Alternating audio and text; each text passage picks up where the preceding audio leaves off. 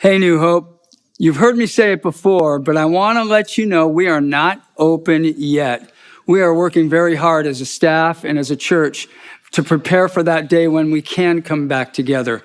In the meantime, I really want you to subscribe to New Hope News. Many have given us their email, but we're finding many saying, I'm not getting it. So please go to our website, click on our menu, go to Get Connected, fill out the subscribe now information. You'll be on our list so that you can get current updates on coming back to church as we get closer and closer to that day. We want you to get all the updates. You can get it on our website. You can also get that on our New Hope News. You can also get that on all of our social media venues. In the meantime, the county has approved for people to have religious watch parties. If you would like to invite up to 25 people to your house, you can do that according to the county's regulations. We want to encourage you to consider inviting friends, neighbors, relatives, join together and watch our services together and have a Bible study together, whatever you need to do to get that done and get your spiritual nourishment. We're praying for you. We're believing that God is going to continue to do great things in your lives. God bless you. We'll see you on Sunday morning. Hey, good evening and welcome to our Wednesday night Bible study. It's Pastor Chris and I again this week, and we're just so glad that you've joined us on Wednesday night. That's right. What's that? That's right. That's right. We're going to be talking about a story in the 6th chapter of the Gospel of John. And I want to read that to you, and then we're going to unpack it a little bit here. And we're going to kind of bounce back and forth with our points tonight. I hope everybody's doing well. But let's read this together. If you've got your Bible, you can go ahead and get it out. And we're going to start at verse 1. And it's the story of the feeding of 5,000, a real familiar story in the Gospels. And it says this, chapter 6:1. After these things, Jesus went over to the Sea of Galilee, which is the Sea of Tiberias. These things he had just gotten done. Last week we talked about the healing of the man at the pool of Bethesda, and he took a lot of flack for that, and then a lot of things took place between then and now, so it was after all that had taken place. And then it says, verse 2, then a great multitude followed him because they saw the signs which he had performed on those that were diseased. And Jesus went up to the mountain, and there he sat with his disciples. Now the Passover, a feast of the Jews, was near. Then Jesus lifted up his eyes, and seeing the great multitude coming toward him, he said to Philip, where shall we buy bread that these all may eat?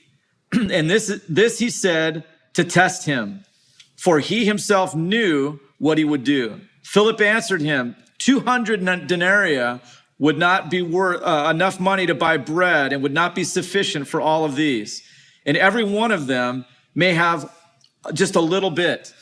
One of his disciples, Andrew, Simon Peter's brother, said to him, there is a lad here who has 5 barley loaves and 2 small fish, but what are they among so many? Then Jesus said to him, make the people sit down. Now there was so much grass in that place, so the men all sat down, in number of all 5,000. And Jesus took the loaves, and when he had given thanks, he distributed them to the disciples, and the disciples to those sitting down, and likewise the fish, as many as they wanted.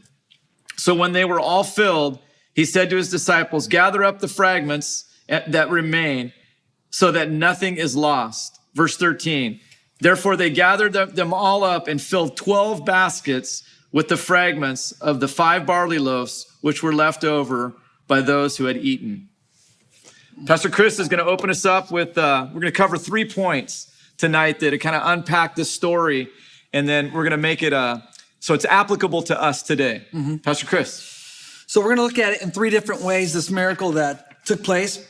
And it was just a practical need that was demonstrated with the supernatural ability that Christ has. And so I love it. There was just a simple need. God sees it. And when you go through the story, it's exciting to kind of see what was taking place. And let me hit a few things here. We know that the crowd was watching Jesus. They were watching all the signs and the miracles. And so they were kind of following Jesus and hearing all the stories, There were personal experiences some of the people may have had, but so the word got out. So there were a lot of people following Jesus at this time. The other thing is that the crowd walked up to Jesus, and the disciples were in this grassy area. And so can you imagine 5,000 people walking towards you, number one, and then add on it just said men, 5,000 men. And so add on all the rest of the people. Just that's kind of intimidating what's happening. And then on top of that, they're hungry. So if you have a hungry group of people coming towards you, and they know that you may have something, there could be trouble right around the corner. So it's we look at this part too. Only a miracle can fix the situation. Everybody, they were going actually to the feast. It was the Passover feast. So during this time, it was like 101 on 4th of July. It was crowded. A lot of people were taking the road to Passover. And like any other situation, people come prepared. I don't know what your family may be like, but a lot of times we bring snacks. We bring a cooler, we throw things in the cooler, and you're prepared. That's just to go to church, right? That's like a 1 mile drive. Yeah. But then there are other people who just, you might be that person, throw everything in, let's go, let's get out. And then when your trouble comes, you don't have the supplies that you need for one reason or another. But it was that kind of situation. There were people who had, and then there were people who did not have, and they were kind of placed within these crowds, and they were hungry. They're coming towards Jesus. And it's interesting in this is because, you read that they were asking, how are we going to feed the people? And the miracle was at hand. It was for the right moment. And so they're probably walking around asking, hey, do you have food? Do you have food? Because that's kind of the natural approach. The physical need was, let's just ask people if they have food, and they find out that some people had a little, and they're like, nope, this is mine. I'm not going to share it. And then there were other people who were like, we didn't bring anything, and we're hungry. And then they bump into this kid you're going to talk about in a little bit.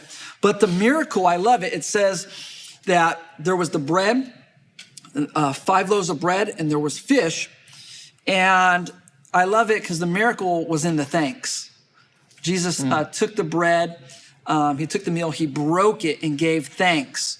And that's where the miracle was.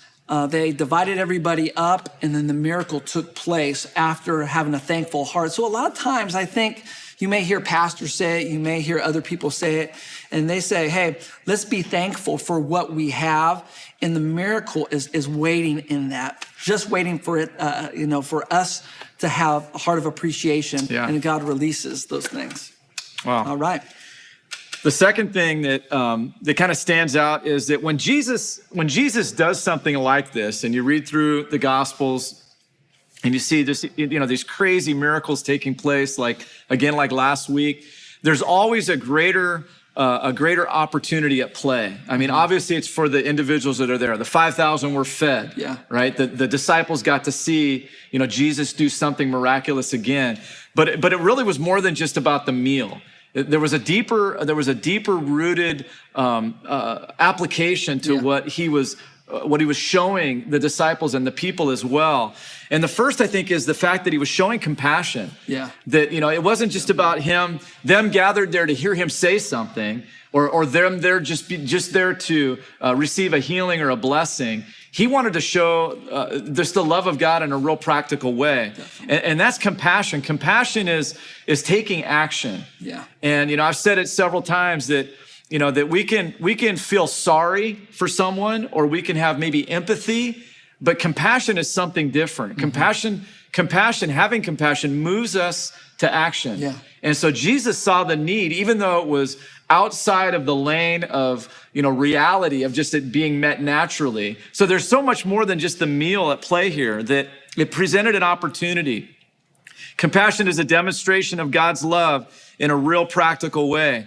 And Jesus often through the gospel uses a meal as a launching pad to teach something and to impart something, whether it was to the disciples or to those that were around him. And he used those opportunities in a way of showing people a greater need in their life, the need for salvation. And even a little further on, if you read past where we've ended in this, at verse 13, if you go a little bit farther, in verse 26 and 27, it says, Jesus answered them because they're coming against him for what he did. The Pharisees and the Sadducees, they're always trying to get Jesus.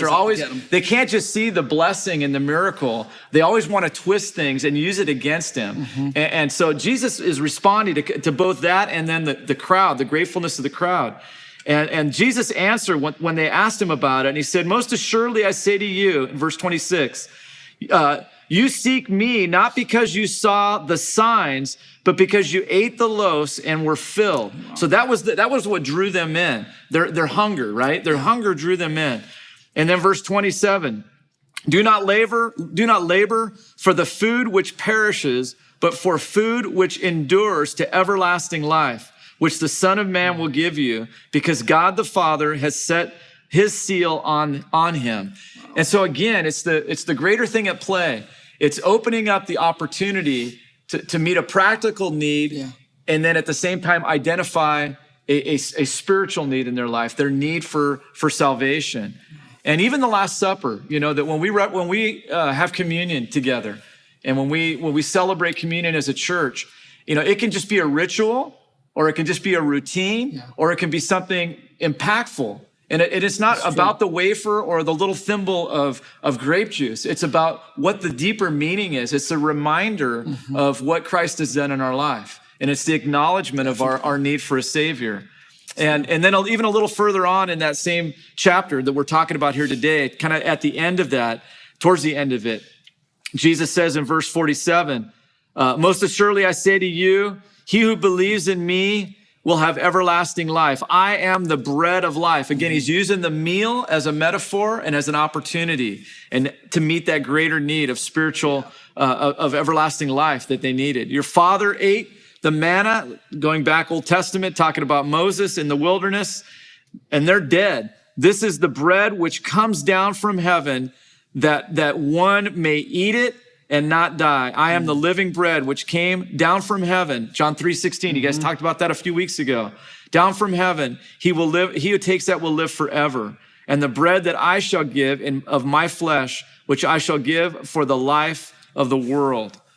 He fed them, provided for them, met a need, poured out compassion. Then he loved them.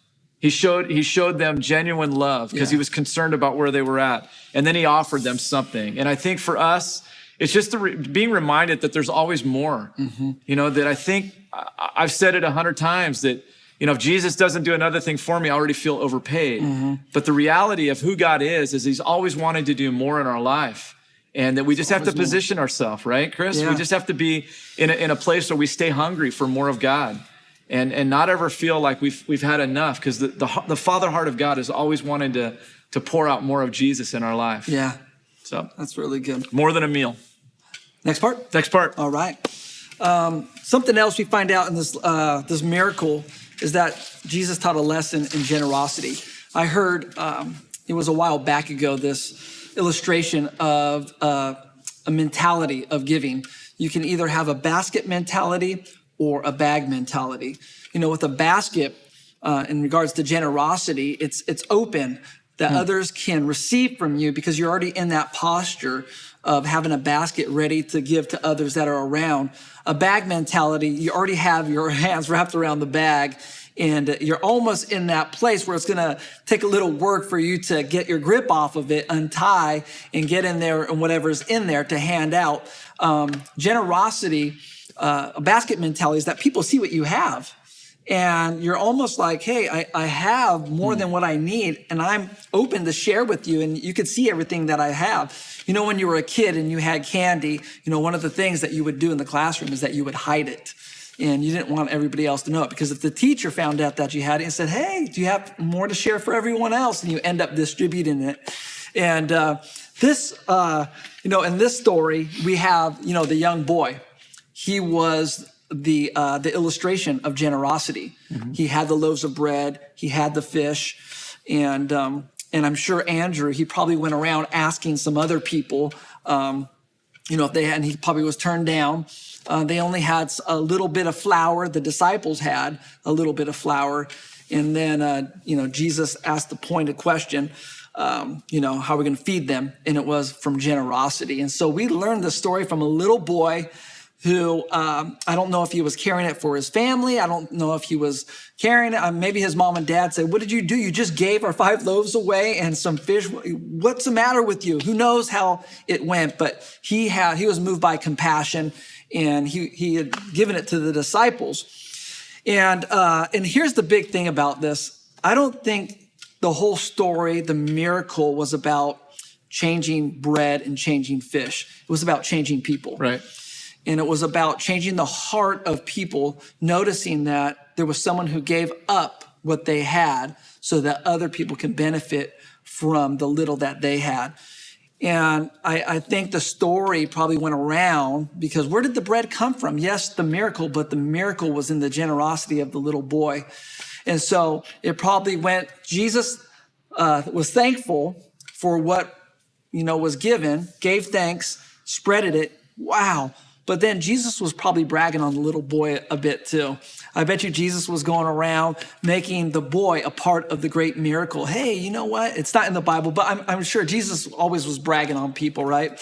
And lifting them up and affirming them. And I'm sure they were going, Jesus, what a miracle. He's all, yeah, it was the little boy. He gave the lunch, and look what happened when my supernatural comes along the side of your generosity, like miracles happen. Yeah. And I just think for today, a lot of times Jesus doesn't, demonstrate his love and his power and the miracles for, from someone who was sick and they change and they're healthy.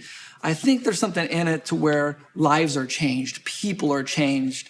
When someone tells their story to somebody else, their lives are changed. Yeah. So I always look at the miracle not for the benefit that people were wowed, and it wasn't Jesus showing off. It wasn't anything like that. It was to get to the heart of the human heart, that they would be changed because they see the compassion and the love of Christ, and even in the generosity of somebody who just had a little, gave it, and the miracle happened. That's good. So he taught us a lesson in generosity from a little boy that gave his little. And I think kind of the application to our life is that, not just a great story, it's an incredible story, but it's if we're going to take God's word for what it says, that it's living and active, and that it's meant to do something in changing and transforming our life. Yeah. What's the application? And I think about the boy, just the two main characters here, besides Jesus, obviously, are that I want to look at are the boy and Andrew. Mm-hmm. And you hit on it a little bit there. And I'm thinking about, the boy gave what he had, but what he got back. I wonder if he got the 12 baskets of bread back. I wonder if he went there with 5 loaves and ended up with 12 baskets and went, Mom, look what happened. I had 5, now I've got 12 baskets. So I think about, like when you go on a missions trip, and you work towards going, and you sacrifice a week or so of vacation, and you talk to some of the men that have been on the Alaska trip the last few years, and just how God provided, and when they committed to go, and how God provided for them, but their sacrifice to go there, and the money that was spent, or the time that was spent, and the effort that was spent, what they got back out of it was tenfold of what they put in, and whether it was the money, the time, the effort, what God gave back. And I think there's a real lesson in there. He didn't have much, but what he had, he was willing to give. That Andrew didn't have to rip it out of his hands. Yeah. He gave it willingly over to Andrew to be a blessing and to see what was going to take place. And so I think that's a lesson for us. Let's be willing to give what we have. And we may not think we have much, but whatever it is, let's be willing to use what God has placed in our hands to be a blessing to others, or a blessing to the kingdom of God. And let's see what God does. When he breathes life into something, look out, because something miraculous is going to happen. And so willing to give what we have, even if we think it's a little. Andrew, when others, even some of the disciples just looked at it as hopeless. And I was thinking about Pastor Malcolm's message the last couple of weeks. being positive and looking at things from a glass half full perspective. And it was Philip that said, "Oh man, I don't know. There's no way we can feed these people." Yeah. And then Andrew goes, "Well, let me see what I can do." Andrew had that kind of an attitude. Let's see what we can come up with. And then he crosses paths with the boy. And so I think there is that we, finding a way and looking for a way to see beyond the natural. And we all have natural limitations, but believing that God can do something. I think you said it, that God takes our natural and adds his super to make it supernatural. Yeah. Is that what you said? Yeah. Something like that? Yeah. And so when we offer God who we are and what we have, it's God that takes that, and he's just looking for our willingness. And our best ability is just our availability. Wow. Just being available to God. And so I think with that we can learn from obviously what Jesus did, but just the perspective of those two individuals in the story as well. Yeah. All right, Chris, you got some questions for us? Yeah, for tonight, with your group, or if you're watching tonight by yourself, you just get a mirror, ask yourself the question. I'm just kidding. We didn't call Chris. Kind of, yeah. Just write it down. A great time to journal if you're with a group or you're by yourself. I always think journaling is a great way to look back and see how much you've grown from the way you answer questions. So the first question is, why do you think Jesus operated in signs and miracles? There's a reason why. Like I said earlier, it wasn't just to wow people. There are certain things and certain reasons why he did miracles and signs and wonders and all those things. So take some time, talk about that amongst your group, write it out if you're journaling. The other thing is, when is it hard for you to be generous? When is it hard for you to be generous? Because sometimes it can be hard when you have a lot. It can be hard for you to be generous because you're like, I don't want to let this go. I don't want to lose it. And sometimes it can be hard when you don't have a little. You're like, this is the last I have. Who can I don't want to lose the little that I have. But in any case, when you go through the Bible, you got both those stories of people who have a lot and they knew it was important to be generous. And there were people who had a little and they gave and they were blessed. So ask those two questions tonight. Go through them, answer them honestly, because I think you get more out of it when you do answer it honestly, and some great conversation comes out of it. And God will kind of lead that conversation in some great directions. But other than that, those are two questions. Yeah, it's good. Anything else? Do we have to tell everybody about? So we love you and we miss you. That's what we have to tell you for sure. We love you and we miss you. And then you can find out how much we love you and miss you by going to go to the website. We have all kinds of things on our. If you go to the homepage on our website now, we have everything you need to know. Updating news for reopening, right? Yep. And we're preparing for that.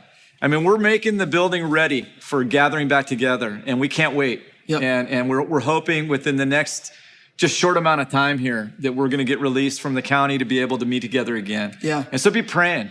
I know Pastor Malcolm has been just urging everyone he talks to just to be praying for that release. But we're preparing, and so the way that you do that is what Chris said. Go on our website, go to the Get Connected, pull that down, and go ahead and subscribe to our New Hope News, and you'll get all the updates and just stay connected through that and our social media. Yeah.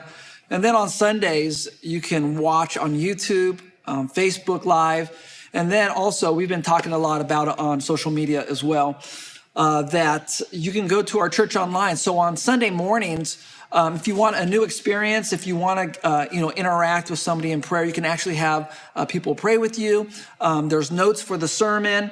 There's all kinds of different things that you can be a part of, and it's called Church Online. You can actually go to the homepage on our website, and you just click on it, and it will take you right to it on a Sunday morning. You could, I think, You might be watching on right now. Yeah. Right? Not Church Online. Oh. Yeah, just Facebook, YouTube. Live. Yeah. So, man, you made me forget where I was at. So, New Hope. Go to the website, and you could actually show up about 15 minutes early. You can show up at 9:15. That's what I was going to say. You can go 9:15, and there's people talking and chatting and having a good time, getting reconnecting and all those things. That's what I wanted to say. I'm glad you said it. So all those things are happening. So, go to the website. Everything you need to know now is on the homepage. All right. God bless. God bless you. We'll see you.